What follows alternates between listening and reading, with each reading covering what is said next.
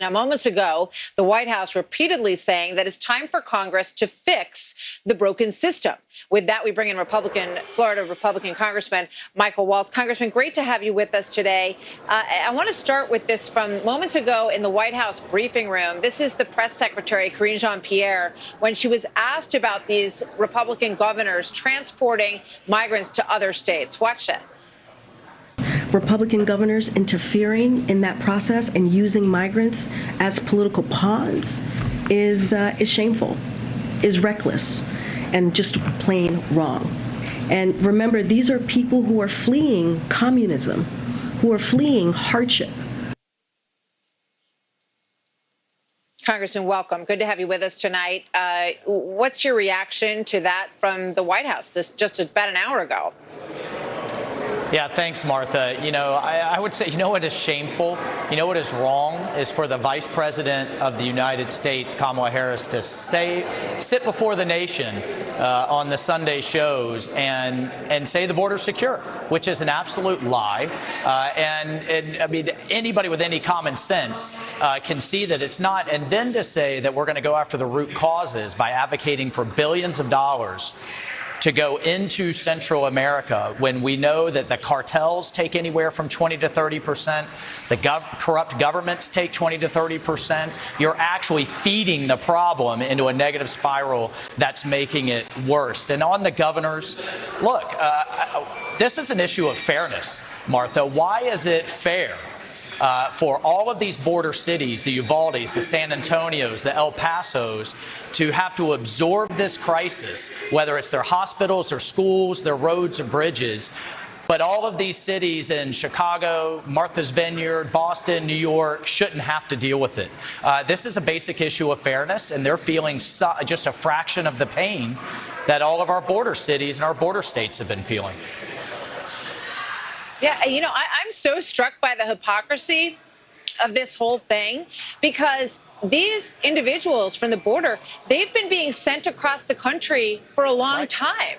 I mean, we spoke back in April to Representative Astorino in New York, and when he was upset about what was going on with planes landing in the middle of the night, none of these same governors said anything. They weren't upset that these planes were going there. Watch Rob Astorino back in April, folks at home. These secret flights were coming from El Paso and McAllen, Texas, into Westchester County Airport and other regional airports in the dead of night. And I was asking questions. I have a letter that I sent February 1st to the president wanting to know who's coming in, where they're being placed, if there are kids, and some of them are, what schools, who's paying for this. Obviously, we are the taxpayers. Yep. Yeah, so I don't remember representatives from Martha's Vineyard or D.C. or Manhattan, any of them being upset about this when he was talking about it, Congressman.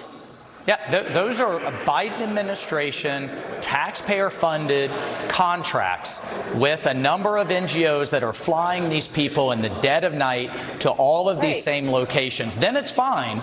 But if you have Governor DeSantis or Governor Abbott or Governor Ducey doing it in the middle of the day where everyone can see it, then suddenly we're up in arms. We're having a collective political meltdown. The only difference is this is for all of the taxpayers to see rather than sneaking them in. Either way, all of those services that American citizens and legal immigrants deserve are now being taxed by millions and millions and millions of people that we just can't afford to feed and house and clothe the entire world.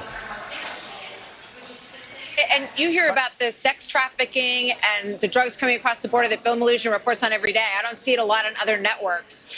But, you know, what is the vice president doing about those root causes? I mean, it's okay to move people around the country to share the burden, but the bottom line is that you've got hundreds of thousands of gotaways and all these drugs that nobody seems to be doing anything about in Washington. You know what? You want to get it? You want to get at the root causes? Take on the cartels. This should be at the top of the agenda with China, that's producing the fentanyl. We ought to use military assets after those cartels, by the way, and reinstitute the Remain in Mexico policy while these people wait for their asylum papers. Those are root causes. Instead, we have a massive tractor beam and incentivization mechanism for these people to make this very dangerous journey. And 30 to 40% of the girls making it are sold into human trafficking or sexually assaulted. Yeah. That is just a humanitarian crisis, and it's absolutely wrong. It's one of the most tragically undercovered stories in this whole thing, and we have covered it, and we really want people to continue to shed light on it. I know you have too, because it's atrocious that it's happening in this country. Congressman, thank you. Always great to have you with us. Thanks, Martha. Yeah, thank you.